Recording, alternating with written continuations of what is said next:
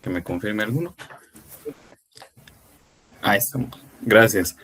Sí, buenas tardes. Como ya comentó Ralda, pues actualmente estoy sacando una maestría de administración aquí en San Carlos, entonces espero que si tienen alguna duda con mucho gusto los puedo apoyar. Con respecto a lo del tema de hoy, fíjense que está bien interesante porque, por ejemplo, cuando nosotros pensamos en código alto nivel o similares, pues se nos olvida, se nos pasa por alto que cosas muy pequeñas o que ya están hechas y que uno simplemente utiliza variables al por mayor. Esto nos ha pasado cuando, por ejemplo, hemos estado haciendo algún proyecto similares que podemos ver que inclusive en el área laboral lo hemos visto en donde una sola persona tiene n cantidad de variables en un mismo archivo.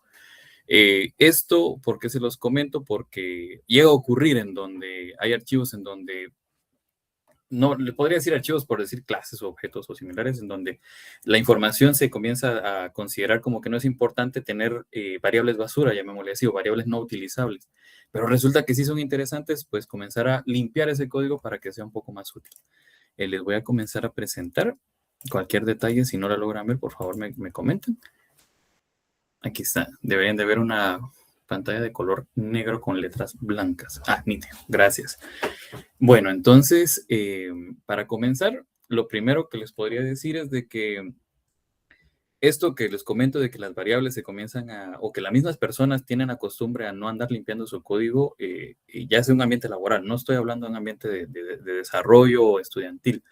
Ocurre y ocurre mucho. Entonces, ¿por qué se los traigo acá? Miren, aquí hay un error. Tiene Lius. Perdón. Ahí está. Detalles con esto es que, por ejemplo, cuando nosotros pensamos en código bajo nivel o directamente ahorita como lo estamos asociando a ARM64, es que cada variable o cada bit importa. Motivo porque al final, cuando nosotros estamos reduciendo el código, cuando hacemos una mejora en el propio código, la verdad que cuando pensamos en cómo esto se administra, llegamos a registros y los registros 100% no hay muchos, o sea, son muy pocos. Vamos a hablar un poquito de eso también para que podamos ver las diferencias entre, por ejemplo, cuando nosotros tenemos un iterador, por ejemplo, un i igual a 5 en un for cualquiera que podemos estar haciendo, nosotros podemos utilizar ese i igual a x n veces dentro del código y no hay problema, pero si nosotros usáramos un registro asociado a bajo nivel, si no lo hacemos de manera adecuada, simplemente matamos en los procesos que puedan haber al futuro.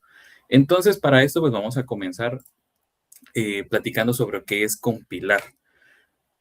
A mi criterio, para poder ver qué es compilar, primero tenemos que ver cómo están divididas ciertas cosas.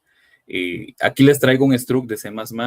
Yo sé que ustedes ya los utilizaron en cursos previos, pero me gustaría conversar con ustedes porque resulta que este struct en la actualidad se usa en todo prácticamente. La base del struct es la que define la base de un objeto en la actualidad.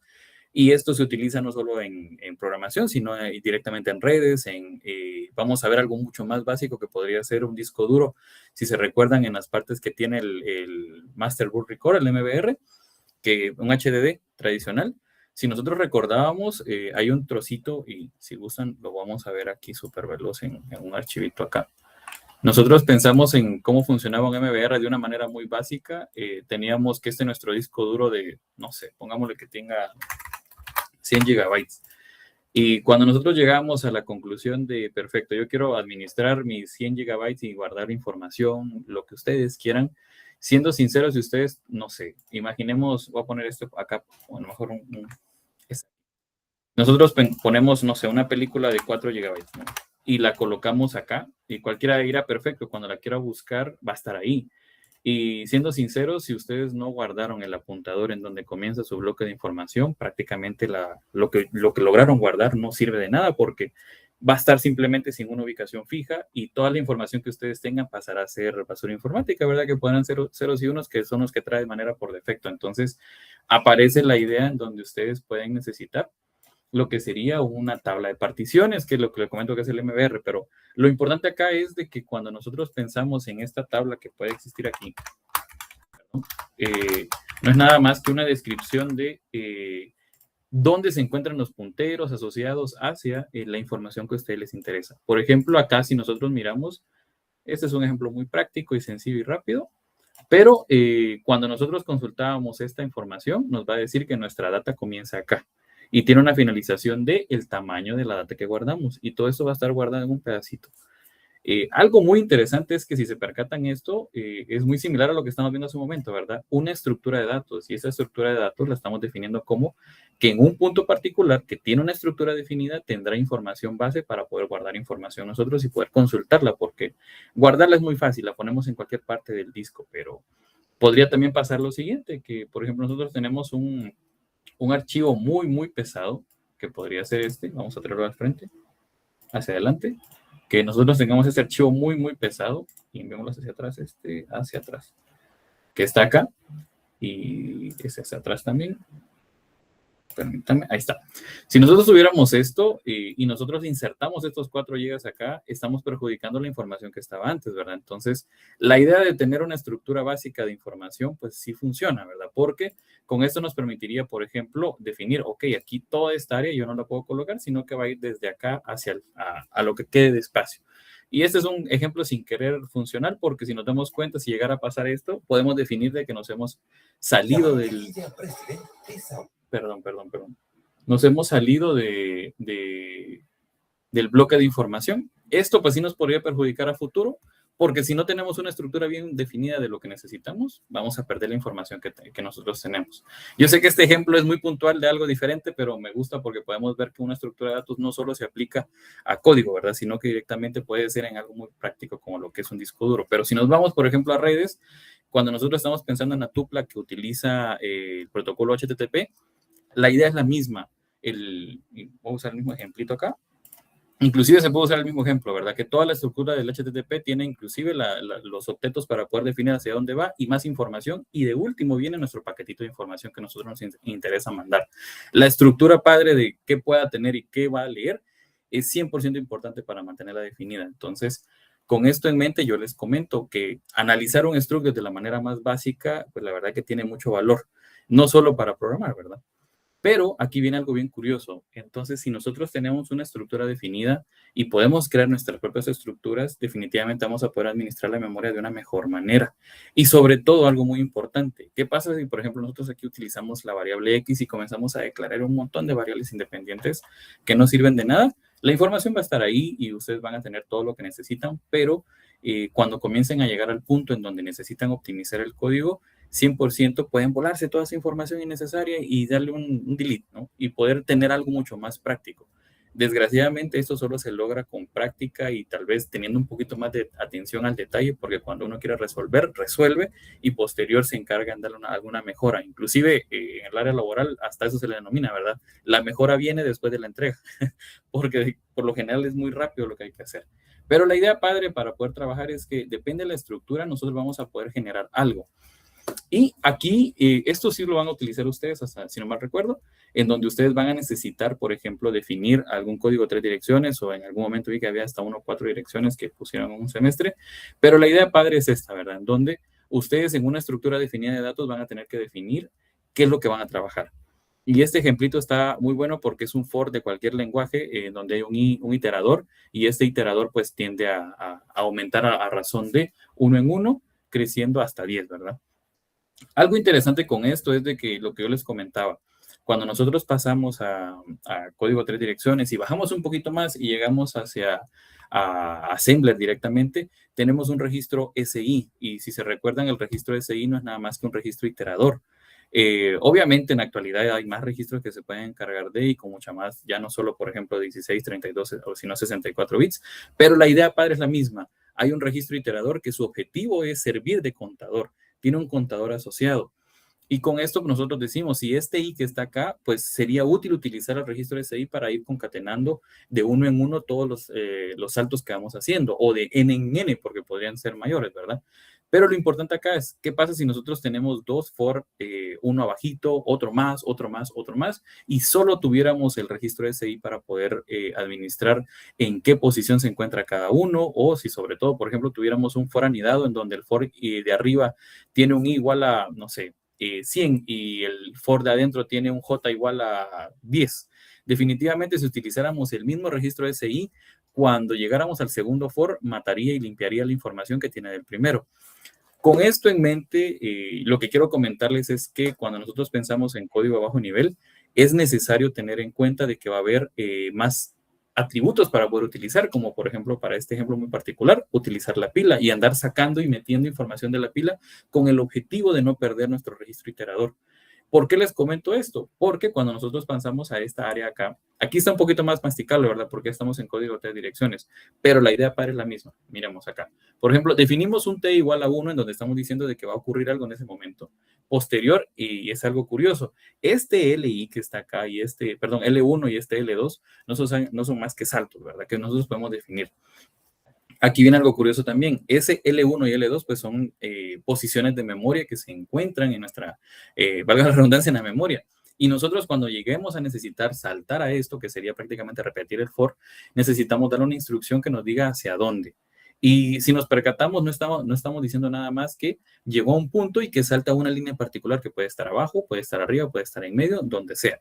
Y esa línea no es nada más que un registro que nosotros tenemos definido para poder ir a leer en nuestro disco o en nuestra memoria, ¿verdad? Y posterior, pues podemos hacer todas las administraciones de memoria que necesitemos y sobre todo hacer los cálculos que necesitemos para tener el valor que nos importa, que si nos damos cuenta es t igual a 1, t1, perdón, y que va a ser no es nada más que t1 más 1. Algo tan simple puede verse complejo, llamémoslo. Imaginémonos si nos pasáramos ya a lenguaje máquina. Es ahí donde nosotros pues vamos a comenzar a complicarnos la vida y si definitivamente comenzamos a meter información que no necesitamos, vamos a tener mucha más carga de basura informática, llamémosle. Porque al final, imaginemos acá que tengamos 15 variables declaradas con un valor puntual. La verdad que se van a poder guardar y se van a poder administrar, pero no van a servir de nada. Y lo único que sí van a lograr es consumir espacio, que desgraciadamente en la actualidad pues ya nos parece que no sirve, ¿verdad? Que no hay problema porque tenemos mucha capacidad, pero cuando nosotros estamos trabajando directamente vamos a ver que hasta el simple hecho de tener mucho código perjudica para poder visualizarlo y buscar alguna respuesta muy rápido para resolver algún problema. Ejemplo que podría ponerle que en vez de I por I fuera I más I y nosotros necesitamos el I por I. Si tuviéramos mucho código basura, simplemente tendríamos que ir a leer línea por línea para saber dónde en realidad está el problema. Y en cambio, cuando lo hacemos lo más óptimo posible, pues la verdad que podemos simplemente verlo y decir, el símbolo era el problema. Con esto en mente, pues nosotros vamos a poder tener nuestra distribución de código como nosotros necesitemos. Pero seguimos pensando que es compilar. Resulta que para compilar este ejemplo que está acá, directamente viene en Java. Motivo de que venga en Java es de que quería platicar con ustedes sobre que compilar no es solo decir agarrar un código y trasladarlo al lenguaje máquina. No es solo eso, porque hay más atribuciones que puedan ocurrir. Platiquemos un poquito de cómo Java pues logra compilar el código para poder ser utilizado ya por nuestra máquina. Primero, tenemos nuestro código definido, que es lenguaje de alto nivel, en donde nosotros podemos hacer muchísimas cosas que nos define Java, por ejemplo. Y aquí podemos definir un array, un arreglo de arrays, que no es nada más que vamos a guardar 4 parámetros para poder después utilizarlos. Lo curioso acá es de que nosotros no podemos pasar directamente de este código hacia el lenguaje máquina.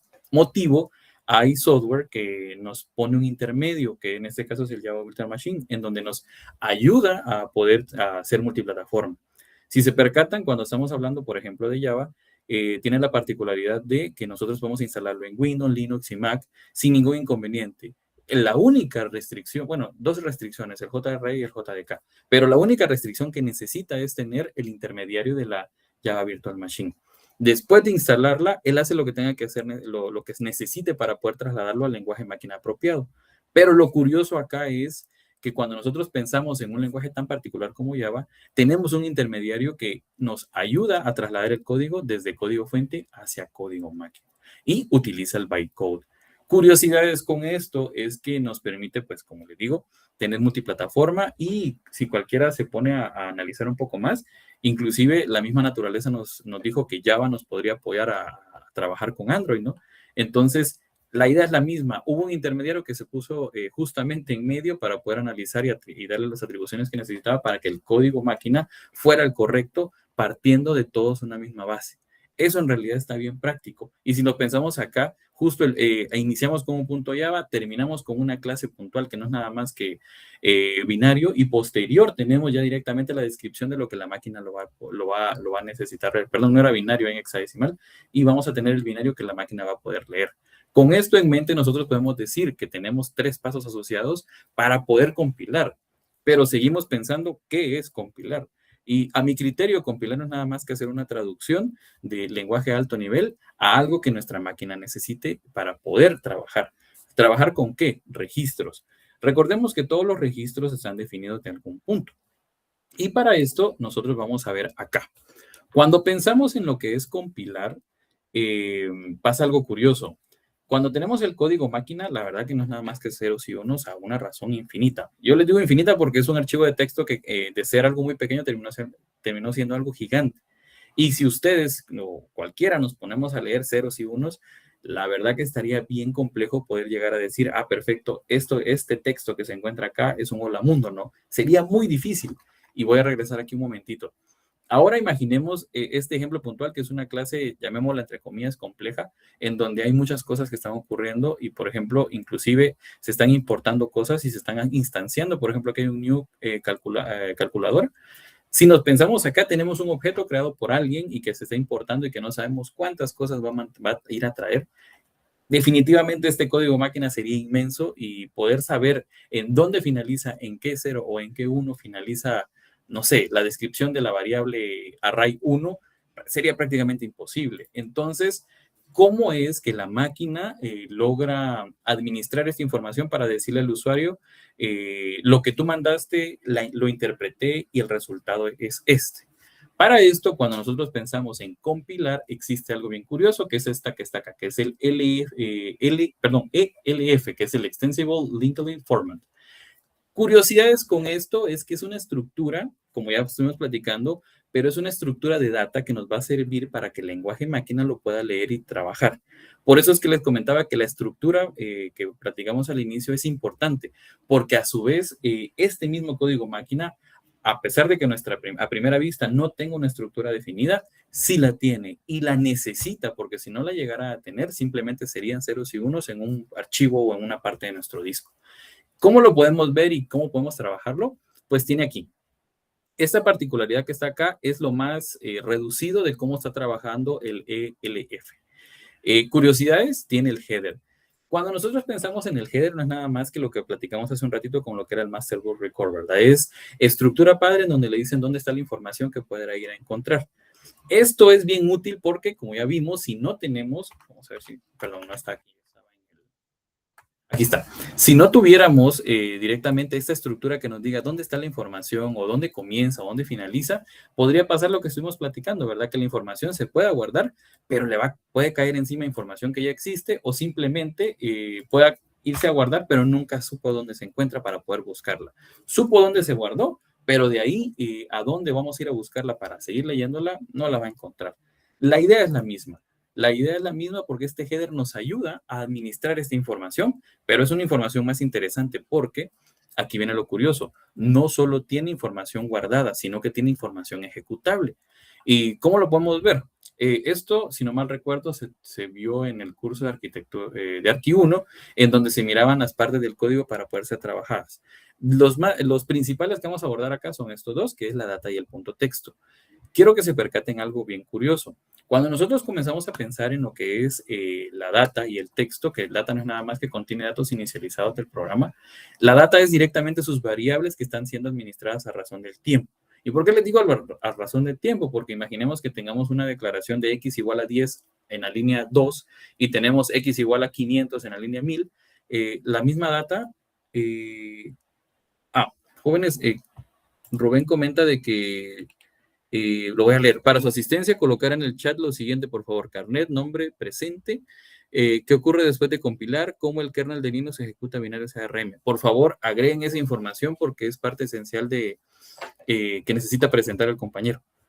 Bueno, entonces, continuando, si alguien tiene alguna duda, por favor, intervenga sin pena, abra micrófono o si quiere dar alguna intervención sin pena. Entonces, siguiendo, vamos a decir que la data es toda esa información que estamos. Voy a retomar el ejemplo. Si nosotros en la línea 10 tenemos la x igual a 100 y en la línea 1000 tenemos x igual a 500, por ejemplo, la data será siendo la misma, el bloque de información seguirá siendo el mismo, pero la gran principal diferencia será que nuestra variable está cambiando a razón del tiempo. ¿Esto por qué nos es útil? Porque vamos a administrar toda la información de nuestro sistema. Ahora, aquí tenemos el punto text, contiene la parte ejecutable de un programa. Resulta que cuando nosotros tenemos guardada la información 100% en una posición de memoria x igual a 10, no nos dice nada, no tiene ninguna, como que fuera un vector, no tienen ni dirección ni sentido, simplemente son números asociados en algún punto particular de memoria. Entonces, cuando nosotros venimos y le damos a la parte ejecutable, que es el punto text, le estamos diciendo de que ahora esta variable será, no sé, sumada más otra, dividida, multiplicada, o simplemente será de pivote para hacer alguna función de encrypting, no sé. Puede ser cualquier situación que ustedes necesiten. Lo importante es que ya la tienen guardada y ahora hay algo que le está dando información, le está dando ejecución a su información, perdón. Y aquí tenemos algo bien curioso también. Resulta que aparecen más situaciones, aparecen más bloques en donde el ELF nos va a permitir administrar más información, como por ejemplo aquí un área de debug, de actores y muchísimo más, ¿verdad? ¿Por qué solo vamos a enfocarnos en estos dos? Resulta que estos dos son los que a ustedes les va a servir para poder hacer su código tres direcciones directamente, guardar toda la información y posterior darle sentido a esa información, ejecutándola de algún modo que ustedes necesiten. Si puedo pensar ahorita, por ejemplo, cuando hacen una función de 1 más 1, ¿no? Una suma genérica, ustedes van a necesitar primero tener una declaración de la variable x igual a 1 y y igual a 2, poder guardarla y posterior ir a llamarla y posterior sumarla y retornarla para hacer una función, sería en ese caso. Entonces, la idea de data y text nace desde ahí, en donde ustedes la van a poder utilizar y guardarla para poder administrarla. Ahora, curiosidades con esto es de que cuando ustedes estén haciendo su código de tres direcciones o lo estén trabajando o lo quieran plantear, la noción será exactamente la misma. Ustedes van a necesitar guardar esa información en algún registro y posterior mandarlo a llamar cuando ya lo necesiten para poder ser operado. Entonces, podemos ver que lo que estamos trabajando acá es parte fundamental de lo que ustedes necesitan hacer en su proyecto o práctica que estén trabajando en el futuro. Y todo con el objetivo de que tengan un archivo funcional en donde únicamente existan ceros y unos y la propia máquina sepa dónde ir a leer. Porque, por ejemplo, si ustedes hicieran un cambio de la información que se encuentra en el text a la data y la data al text, muy probablemente no haya que hacerle directamente el compilador porque el área de ejecución es propia para ejecución y el área de llamado de datos es propia para llamado de datos. Pero algo me puede decir, y yo sé que eso se puede modificar a mano para poder hacerlo, y la respuesta es que se puede, porque al final en algún momento alguien, por ejemplo, Linus Torvald definió que esto se iba a trabajar de esa manera, pero en realidad quien define es uno, ¿verdad? Si ustedes comienzan a modificar el kernel, podrían llegar al punto de cambiarlo y hacer lo que quieran, porque se puede hacer, porque recordemos que se puede trabajar. Pero lo ideal, en este caso particular, es asociarnos a lo que ya existe para poder darle un sentido común. Y si ustedes quieren travesear en el futuro, pues adelante. Entonces, con esto en mente, vamos a pasar a lo siguiente para definir, perdón. Entonces, ¿qué es compilar para cerrar? Vamos a decir que compilar es una traducción de lo que tenemos nosotros en un lenguaje de alto nivel a un lenguaje en donde nuestra máquina lo pueda utilizar. Con una nota muy importante que dependiendo el actor, le voy a llamar actor al programa que estén utilizando, ejemplo Java con la Java Virtual Machine hacia código máquina o en el defecto de C o C++, que no necesita de un intermediario, sino que directamente puede generar el código máquina, dependiendo del programa que ustedes estén utilizando, van a tener un resultado final. Con esto en mente, nosotros pues podemos decir de que cuando nosotros estemos trabajando, sí necesitamos identificar nuestro programa base para poder hacer la traducción. Acá ya pasamos a algo bien interesante aquí. Entonces, ¿cómo nosotros podemos ver qué es un programa? O aquí le coloqué qué ocurre al ejecutar el programa, pero en realidad vamos a hacer un ejemplito muy pequeño para poder trabajar. Yo tengo emulado, bueno, les voy a mostrar desde cero para que lo podamos hacer. Permítanme, solo denme un segundito. Esto es por si ustedes gustan hacerlo directamente desde hacer el ejemplo a mano o no quieren, por ejemplo, estar instalando un Linux. Yo, por ejemplo, tuve que desinstalar mi Linux base y estoy utilizando un Linux Live. Entonces les voy a mostrar cómo levantarlo para que lo puedan tener y lo puedan hacer en live sin necesidad de instalar nada y después lo terminan y lo eliminan. Solo denme un segundo y ahorita les traigo porque solo estoy buscando ¿cómo se llama? La extensión. Un segundito, ahorita se los pongo. Ahorita voy, ya voy. Ahorita voy. Voy en un momento. Ya voy, jóvenes. Disculpen. Entonces vamos a cerrar acá. Vamos a apagar la máquina y les voy a... nota importante, si ustedes quieren hacer el ejemplo, la verdad que está muy sencillo, lo pueden descargar. ¿Qué voy a utilizar? Ahorita se los muestro. Primero vamos a utilizar, a mí me gusta mucho Manjaro, que es una distribución derivada de Arch Linux. ¿Por qué me gusta? La verdad que para mí es la versión de Linux más accesible para cualquiera, en donde todo está bien práctico, en donde ustedes encuentran todo accesible. Sobre todo, esta versión de Linux es un rolling release. ¿Qué quiere decir esto? Que, por ejemplo, si ustedes descargan en este preciso instante la imagen de Manjaro en la actual, y ustedes actualizan esta imagen a razón del tiempo de aquí a 3 años, su imagen será la más actual en esos 3 años o en el tiempo que ustedes consideren. Nota importante, si es curioso mantenerlo por periodos muy largos de tiempo, pero se llena uno de basura, entonces lo ideal es irlos actualizando cada cierto tiempo, pero ustedes siempre tendrán la última versión de Linux cuando ustedes actualicen. Ventajas y desventajas que les podría comentar, por ejemplo, si pensamos con ¿cómo se llama? Con Ubuntu, que Ubuntu, a pesar de que está derivado de Debian, que es otro un poquito diferente, curiosidades es que ellos sí buscan voy a poner acá, buscan tener un ciclo de vida muy particular, que por ejemplo pueden ser de 4 años, depende de la versión, LTS o similares. Ay, perdón. Sí, ¿verdad? Aquí está todo. Para que lo puedan ver, ¿qué les puedo comentar un poquito de la experiencia? Que, por ejemplo, si ustedes llegan a instalar Ubuntu, la verdad que está bien práctico, es bien útil. Muchos de los tutoriales que se encuentran para la U están hechos acá. Pero una de las desventajas que yo le miro es de que en ocasiones la instalación de paquetes se vuelve obligatoria por parte de Ubuntu y ustedes terminan teniendo un gestor de paquetes para hacer de una manera, otro gestor de paquetes para hacer de otra manera, y al final cuando ustedes quieren ejecutar algo tienen dos versiones de un ejemplo que podría darles. Cuando están instalando la versión visual de C++ para hacer pruebas, si ustedes no lo instalan del mismo tipo, por ejemplo, el mismo gestor, es que no sé cómo se llama el gestor en Ubuntu, pero por ejemplo en Manjaro se llama Pacman, y si ustedes instalan con Pacman, todo lo instalan con Pacman, van a poder tener la misma distribución por ejemplo, si utilizan, les podría decir, Node, la versión 15, pongámosle un ejemplo.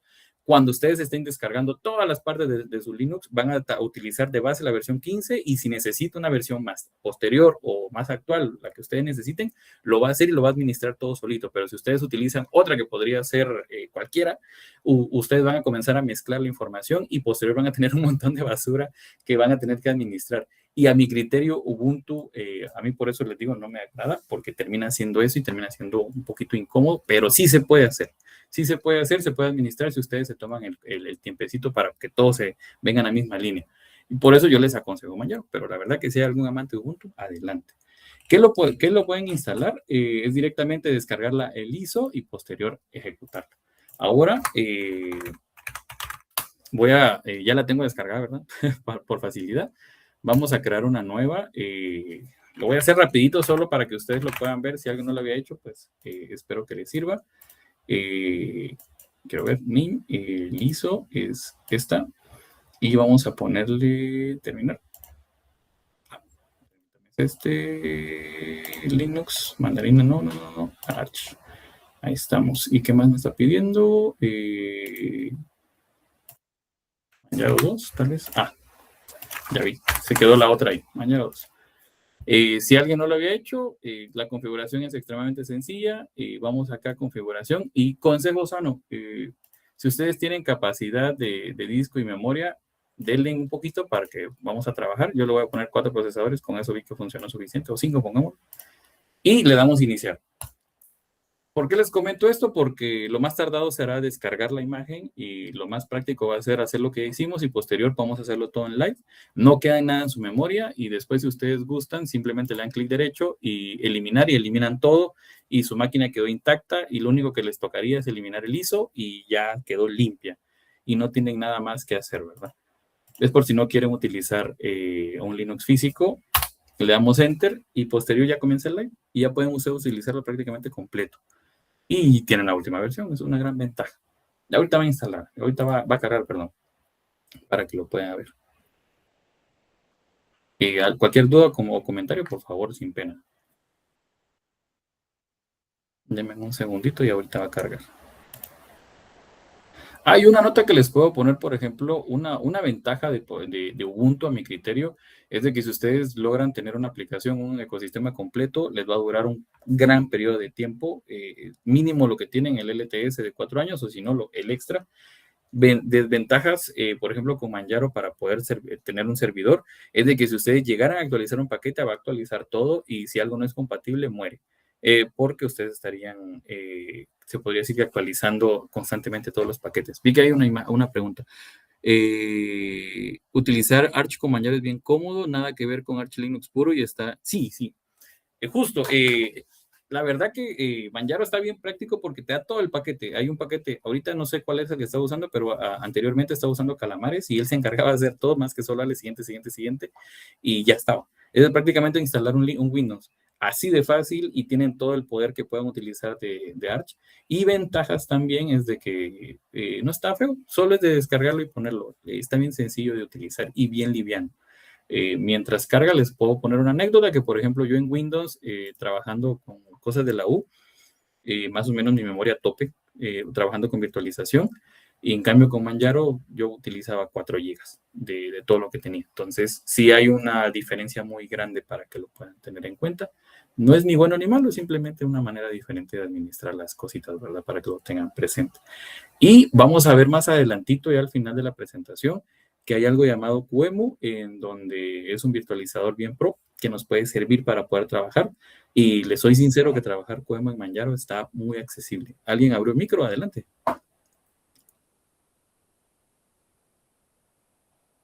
Ah, bueno. Entonces, ahorita va a cargar, jóvenes. Disculpen que se...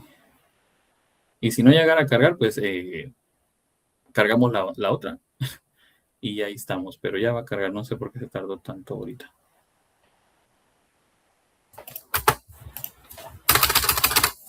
Ya la presioné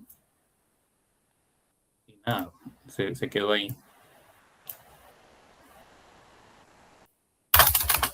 Sí, se quedó, miren ustedes. Esos son los bonitos de que se hizo el ejemplo hace un momento y funcionó, cargó sin problemas y ahorita se está haciendo a ganar unos minutos. Pero si no, lo cerramos y lo volvemos a ejecutar. Ahorita voy. Démosle unos segunditos solo para ver si sí lo está haciendo. Sí, justo, cabal.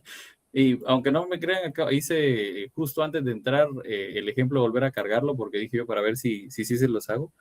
Y cargó en 30 segundos. Yo dije, excelente tiempo para poder demostrarles cómo cargarlo, descargar la imagen y que lo manden a llamar.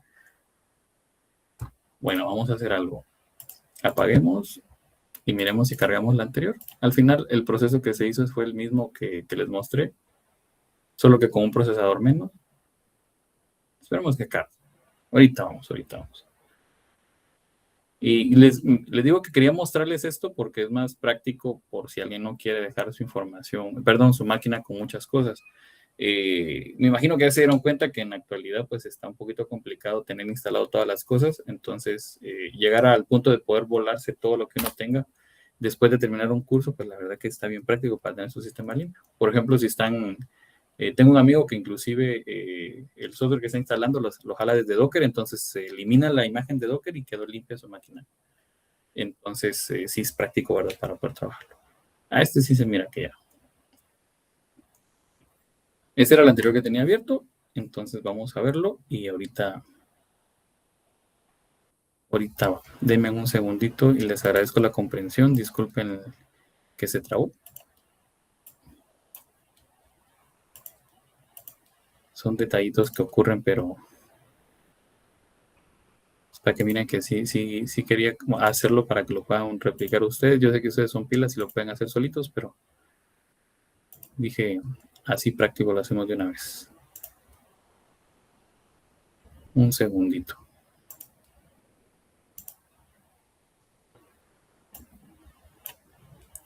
Ya está cargando.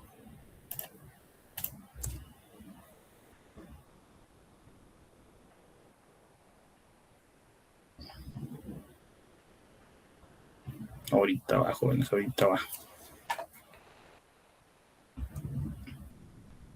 Bueno, si alguien tiene algún comentario, sin pena, mientras termina de levantar. Ya está, ya va avanzando.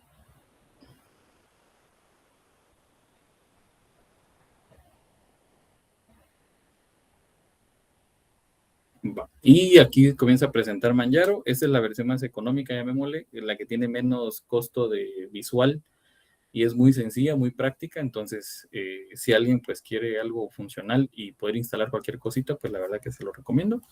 Y este es Manjaro, algo muy simple, muy pequeño. Si lo quieren conocer y si alguien no lo conoce, con mucho gusto hacemos un recorrido muy rápido, pero vamos a comenzar a hacer el ejercicio. El ejercicio es muy simple. Esto también les puede ayudar, por ejemplo, si ustedes tienen algún problema con algún sistema operativo y su máquina se quedó muerta, instalan en una máquina el ISO y posterior pueden levantar el live y hacer lo que necesitan a su sistema y le cargan un sistema nuevo. La verdad que está bien útil. Vamos a ir a documentos y en documentos voy a crear un archivito que vamos a llamarle el clásico lamundo.cpp. Es muy sencillo el ejemplo. Vamos a comenzar a crearlo. Este ejemplito, como les digo, es bien práctico, pero creo que nos va a poder mostrar algo bien curioso. Ahora, cuando nosotros pensamos en C++, o les pongo C porque la verdad que todos vamos a tener instalado un compilador de C, no importa si es Windows, Linux o Mac, va a venir ahí. Recordemos que es el más accesible para sistemas operativos. En la actualidad creo que había otro, pero yo sigo diciendo de que al menos la mayoría, todos están basados en, entonces vale la pena verlo. Quería comentarles algo, cuando nosotros incluimos una librería o la importamos, pasa algo bien curioso y es, por ejemplo, inclusive estándar de input and output. Cuando nosotros pensamos en cómo administra la información, por ejemplo, C++, al tener que vamos a tener un input and output, nos está diciendo que va a haber una comunicación entre lo que sea que ocurra por dentro y nuestro entorno visual. Recordemos que para trasladar información al entorno visual no es tan simple como decir imprímelo, sino que tenemos que ir a la memoria virtual y a la memoria, de video y posterior decirle que imprimen ciertos píxeles la posición. Y posterior cualquiera me dirá, perfecto, pero hay librerías que te evitan ir píxel a píxel modificando el color o lo que sea que tenga, sino sí, ya hay librerías que lo solucionan, pero en sus inicios era píxel a píxel, ¿verdad? Y espero que hayan hecho esa práctica en Arqui 1 en donde tenían que ir modificando uno por uno y se dieron cuenta que era extremadamente lento y que después se utiliza una librería ya óptima para tarjetas gráficas y que súper práctico le pasan toda la información y lo puede administrar. Al menos esa práctica yo sí considero que era bien útil para tener una idea muy clara de cómo funcionaba, pero si gustan que lo miremos, pues no, le damos una revisada, que eso sería un extra, ¿verdad? Bueno, entonces vamos a hacer algo bien sencillo, que no es nada más que un hola, imprimir un hola. Motivo, quiero comentarles algo, espero que ustedes ya lo hayan hecho y si no, pues ahorita lo tengo. Quiero que miremos algo bien interesante. Cuando nosotros pensamos en un return igual a 0, cualquiera puede decir, perfecto, ¿por qué la función main necesita un return? Resulta de que cuando nosotros finalizamos nuestro ciclo de ejecución por parte de C++, tenemos que decirle qué tal estuvo la ejecución. Y eso se interpreta a nivel de kernel. No estamos hablando ya, la ejecución de código se hizo y si hubo un error va a decir, perfecto, hubo un error, pero le estamos pasando un 0 que dice todo fue correcto, entonces adelante. Lo guardamos acá y ahora vamos a ver algo bien curioso. Y es cómo nosotros podemos compilar directamente de un archivo C++ desde nuestro sistema operativo. Para eso podemos hacer dos cosas. Vamos a verlo acá para que lo tengan más claro. Si presionan F12 les baja este para que lo puedan trabajar más fácil la terminal, pero para que ustedes lo puedan ver a gusto, les voy a mostrar este para que quede aquí de fijo. Primero, para saber si nuestra máquina tiene instalado C++, entonces vamos a necesitar algo bien curioso, simplemente preguntarle si nuestra máquina tiene C++. Esto es importante porque parece que es, ¿cómo decirlo? Básico que lo debería traer, pero como estamos en una versión live no necesariamente está, sino hasta que se instala completa. Y quiero que se percaten de algo, desde nosotros colocamos GCC, nos está diciendo de que está en color rojo. Estas ventajas nos dicen de que no hay ningún paquete asociado que comience con esas siglas. Entonces, nos está diciendo de que no hay manera de saber o que no existe un programa que comience por esto. ¿Y cómo lo podemos comprobar? Simplemente dándole enter y nos dice, ok, GCC no se reconoce. Entonces, al no reconocer, nos dice hay un error. Entonces, lo que nos tocaría es instalarlo. Y al instalarlo, vamos a utilizar el paquete de Pacman, perdón, el gestor de paquetes Pacman. ¿Qué es esto? Un gestor de paquetes cualquiera, es el principal de Manjaro, útil, funcional y muy sencillo. y lo vamos a decir que instale algo, que el paquete gcc menos s de instalación, y vamos a leerlo nuevamente. Sudo permisos, pacman, el gestor de paquetes, menos s de instalación y gcc de lo que necesitamos instalar. Enter y nos dice qué es lo que va a traer y cuánto pesa. Si le damos Enter, como tiene una letra Y mayúscula, nos dice de que se va a ir de largo y nos va a permitir instalar. Si le diéramos una N, pues se bloquea o cancela, o con control C.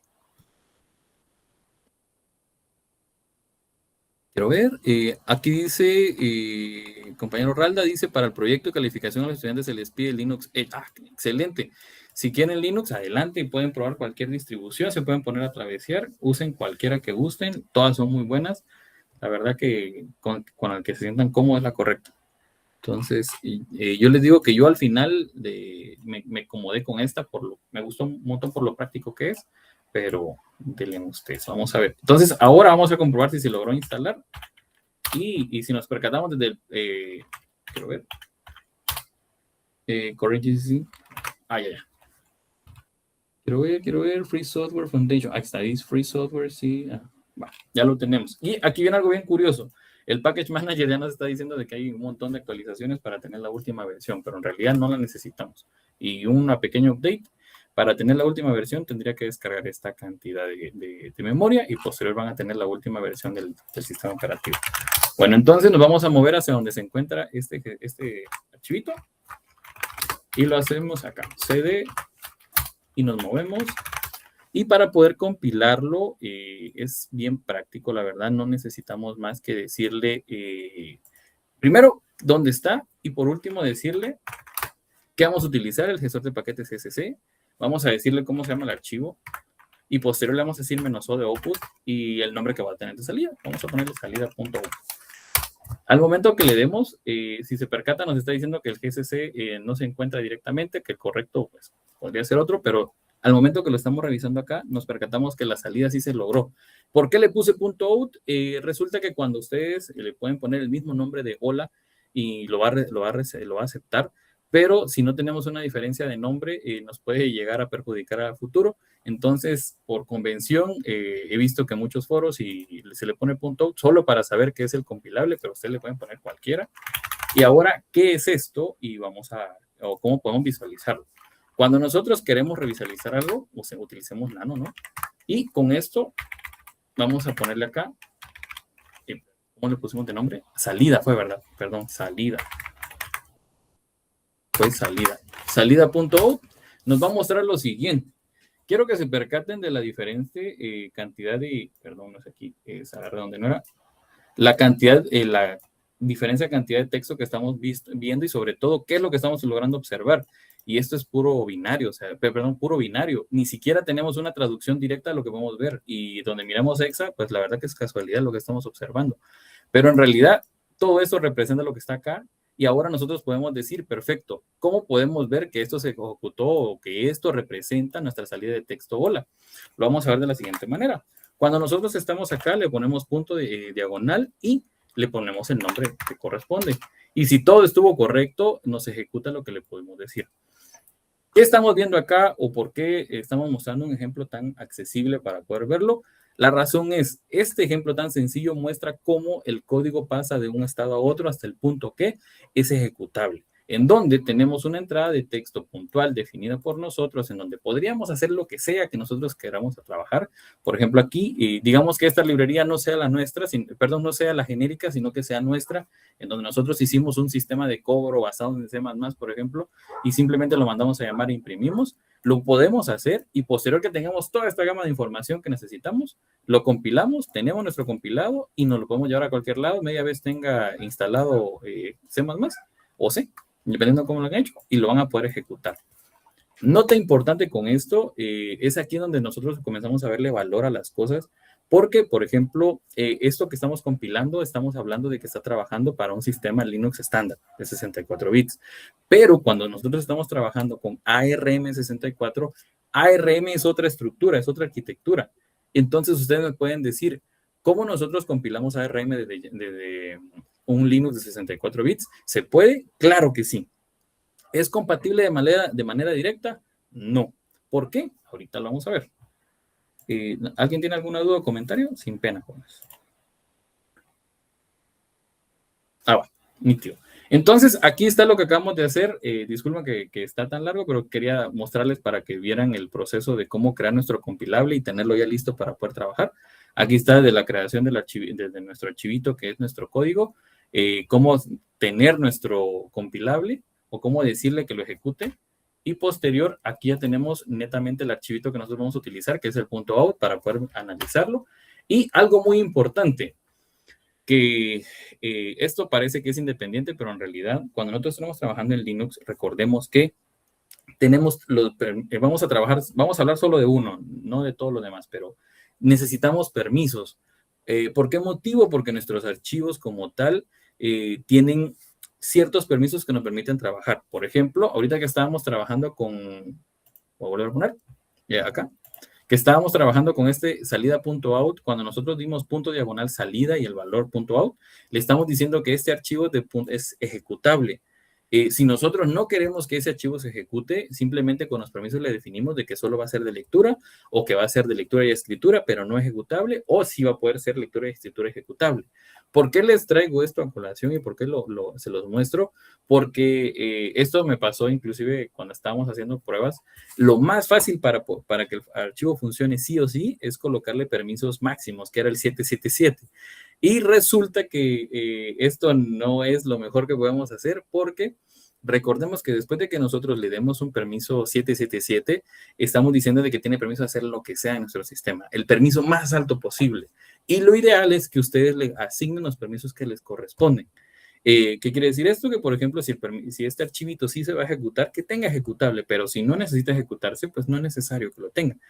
¿Por qué les comento este preciso comentario? Porque resulta que un compañero, eso no lo sabía y lo aprendimos todos, le dio permiso 777 a nuestro home.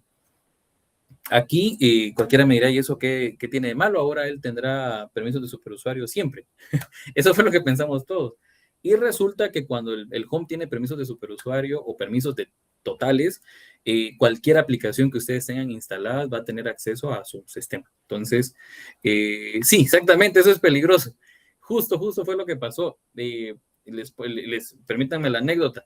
Estaban instalando VLC, ¿se recuerda? No, pues para allá vamos. Se instaló VLC, que no es nada más que un visualizador de video, en teoría es seguro, y es seguro, pero cuando vio que tenía permisos completos, VLC instaló un montón de cosas más. Yo no les podría decir qué instaló, porque la verdad que simplemente vimos que de pesar megas pasó a pasar gigas. O sea, esa era la gran particular diferencia que nosotros vimos como ahí lo pueden ver ustedes que no me recuerdo cómo se llama aquí en Manjaro, pero pueden ver la memoria utilizada del sistema. Y cabal, cuando hizo un círculo de pastel en donde dicen las cantidades, a él se le comenzó a hacer cada vez más grande el espacio de memoria de VLC. Y cualquiera puede decir por qué lo está haciendo, debería estar bloqueado por el sistema. Y la respuesta fue porque le dio 777 a home. Entonces, para que lo tengan en cuenta de que si lo van a hacer, por favor, háganlo, pero solo al archivo que ustedes necesitan para evitar un problema de ese calibre, ¿verdad? Y eso, este no pasó ahí, pero por ejemplo, este mismo se puede migrar a AWS, en donde un compañero dejó una contraseña muy sencilla, 1, 2, 3, 4, y cuando él estaba trabajando con creo que era un bucket, le clonaron el bucket y le pedían dinero para poder regresarlo. Comentarios, ustedes me dirán, ¿a quién le pasa eso? Le pasó a un compañero de la universidad, y por suerte era un proyecto práctico, entonces fue tan simple como borrar y crear uno nuevo. Pero imaginemos que no fuera así de simple, entonces por favor, cuidado con esas cosas para que no les vaya a pasar tanto en su máquina principal o del trabajo, o en el peor de los casos, imagínense que sea la base de datos de su empresa. Estaría bien triste, ¿verdad? Bueno, siguiendo, ya les conté esa anécdota que es muy buena, pero por favor, ténganlo en cuenta, pongan los permisos a los grupos y directamente a los usuarios adecuados. ¿Qué más les puedo decir? Aquí viene algo bien interesante y es que hemos estado hablando y les he comentado sobre el kernel, pero cuando nosotros pensamos sobre el kernel, tiende inclusive a dar un poquito de miedo. porque el kernel es aquel que nos hace de interfaz entre lo que nosotros consideramos del lenguaje máquina hacia todas las administraciones de los sistemas, directamente de hardware. Entonces, pasan dos escenarios muy particulares, que en este caso sería el user space, donde corren los programas, y el kernel space, donde vive el kernel. Curiosidades con esto, cuando ustedes, por suerte yo considero que no lo vamos a hacer, yo nunca lo he hecho, pero si ustedes quieren comenzar a administrar la memoria, lo pueden hacer, y pueden ustedes definir inclusive en qué sectores de su disco, en qué sectores de su memoria estarán ciertas cosas, lo pueden definir por seguridad, y les puedo comentar, esto lo vi en un blog de Manjaro, en donde, por ejemplo, había una persona que tenía distribuido su kernel de tal manera que si su sistema moría, todos los programas los tenía en una parte de su disco, el kernel en la otra parte de su disco, y entonces sabía perfectamente dónde estaba todo, simplemente le caía al sistema nuevamente y le decían dónde estaba la información, y su sistema operativo, aunque se corrompiera, podía levantarse de una manera muy rápida. ¿Y ustedes lo pueden hacer? Claro que sí. Por suerte yo no me he visto la necesidad de ser tan preciso, pero lo vimos en un foro y estaba bien curioso como práctica si lo quisieran hacer. Y algo bien interesante es que aparecen lo que son las system call. ¿Por qué les comento esto? Porque, por ejemplo, cuando nosotros hacemos, hacemos el ejecutado del hola.out, pues la verdad que le estamos diciendo, permítanme, vamos a ver acá, directamente esto que está aquí, que es una salida de texto, prácticamente estamos diciendo un system out en donde vamos a mostrarle algo al usuario. ¿Y esto dónde lo podemos ver? Lo podemos ver directamente, permítame, aquí. Que cuando nosotros agregamos o mostramos que vamos a retornar un valor, vamos a tener primero, desde la abertura del archivo, la escritura a pantalla y que ejecute el binario. Motivos de que tenga esta definición muy propia es que nosotros tenemos una lista de atribuciones que tenemos que hacer y el system call nos va a permitir no solo ejecutar un programa como lo estamos viendo, sino, por ejemplo, si ustedes usan Docker, cuando ustedes levantan Docker o cualquier aplicación en realidad, ustedes pueden decirle que, a pesar de que la tengan instalada, que no se ejecute en su máquina hasta que ustedes le indiquen. Con un system call le pueden decir, perfecto, todo lo que esté relacionado a, ejemplo puntual, Docker, mátalo. Entonces, no hay manera de que se levante nada hasta que ustedes le dicen, vuelve a levantar el hilo, llamémosle, y van a tener ya su sistema aparte levantado. ¿Por qué les comento esta situación? Para que ustedes puedan administrar de una mejor manera todo lo que ocurre después de haber compilado su información. Y con esto ustedes van a tener un manejo mucho más accesible. Y por acá tenemos lo que son información del kernel de Linux de lo que hace. La verdad que a mi criterio lo más importante que podría decirles en generalizando, administra todo lo importante, directamente la comunicación entre el hardware y el software. Y información que ustedes pueden tener, por ejemplo, la gestión de memoria, gestión de procesos, controlador de dispositivos y seguridad en llamadas de sistema. Motivo, por ejemplo, cuando ustedes llaman al sistema, un análogo que se puede hacer acá, este return 0 en realidad proviene de una llamada para decirle si todo ocurrió de manera correcta o incorrecta. Esto, ¿dónde lo podemos ver? Lo podemos ver acá. Permítanme. Lo podemos ver acá, en donde el resultado total de lo que se ejecuta con respecto al código es que, por ejemplo, ustedes tengan su función ya definida, la tienen hecha, todo bonito, todo su sistema funciona de una manera increíble. Cuando ustedes comienzan a hacer la representación intermedia, que no es nada más que decir, agarrar todo ese código, que en este caso está en lenguaje de alto nivel, y comenzarle un sentido propio para que la máquina lo pueda recibir, pasamos a ensamblador en ARM64, o vamos a dejar el ARM64 ahorita en espera, porque vamos a decir que vamos a pasar a ensamblador. Entonces, ¿por qué les comento esto? Porque resulta que hay más de un ensamblador para poder trabajar y define la arquitectura de su sistema operativo, va a definir el ensamblador a utilizar. Ventajas con esto es de que ahora pues se ha estandarizado muchos sistemas, pero si ustedes se recuerdan o miran computadoras viejitas, se podrían dar cuenta de que ejemplo puntual, HP solo funcionaba con HP, Dell solo funcionaba con Dell, hasta que se pusieron de acuerdo y el propio Dell comenzó a agarrar piezas de todos lados y comenzaron a hacer algo increíble, que era unificar protocolos y hacer de todo para que prácticamente fuera un estándar, entre comillas, porque seguía habiendo diferencias. Por ejemplo, ahora lo podemos ver con lo que es AMD e Intel.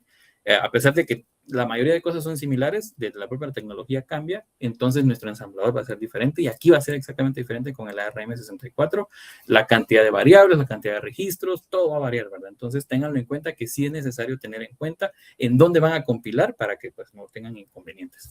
Posterior tenemos lo que ya hemos platicado, lo que era el binario en ELF, que no es nada más que toda la información que ustedes van a utilizar en la estructura de datos que ustedes van a tener para poder administrarlo y poder trabajarlo, ¿verdad?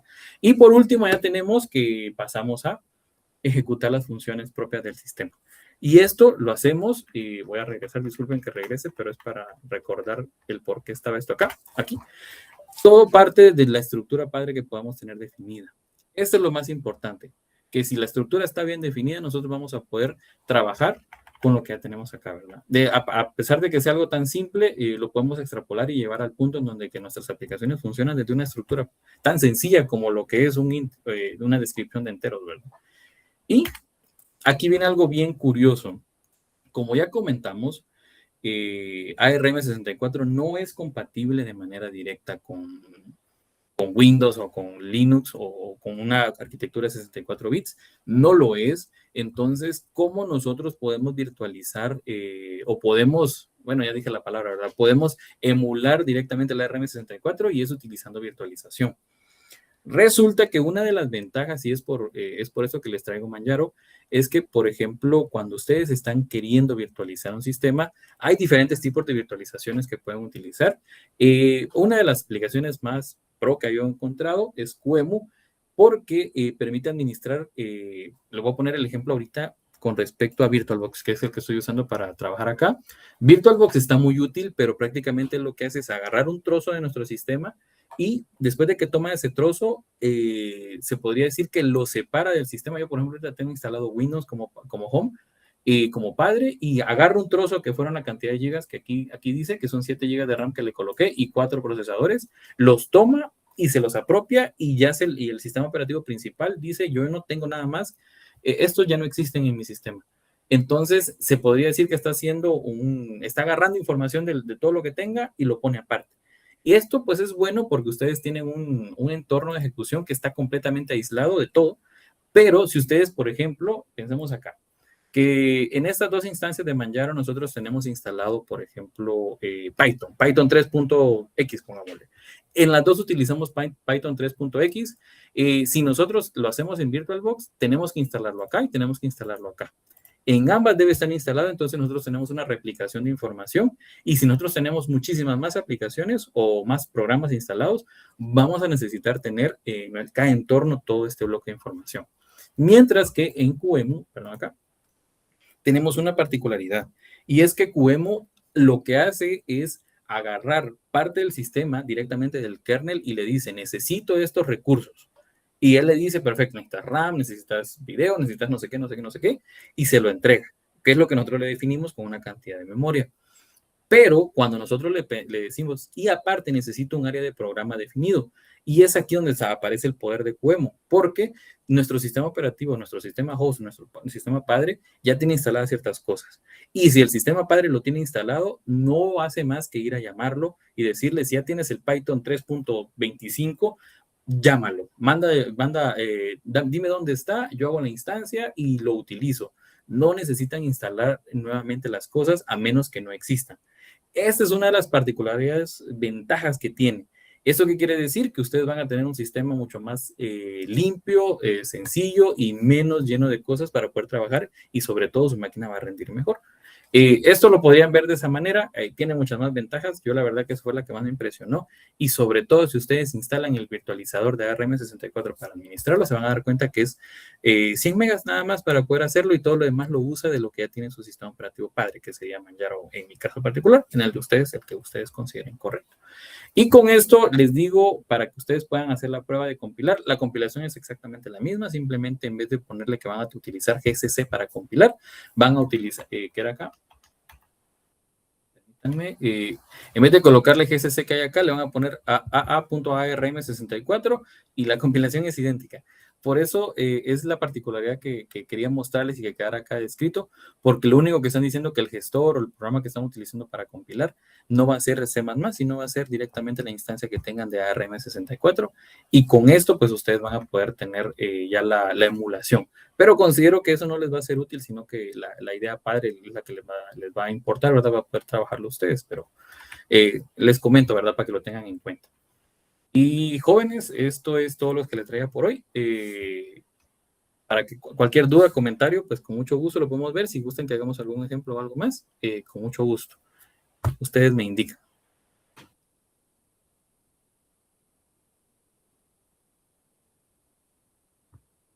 Muchas gracias, Pablo. Bueno, entonces, perfecto. Igual si gustan que miremos algo más, sin pena.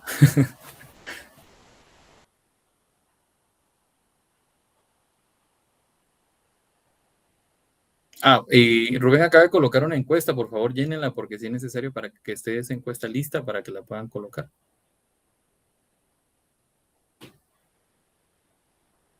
Y bueno, le cedo la palabra a Rubén. Entonces, cualquier detalle yo me quedo en silencio y aquí me quedo.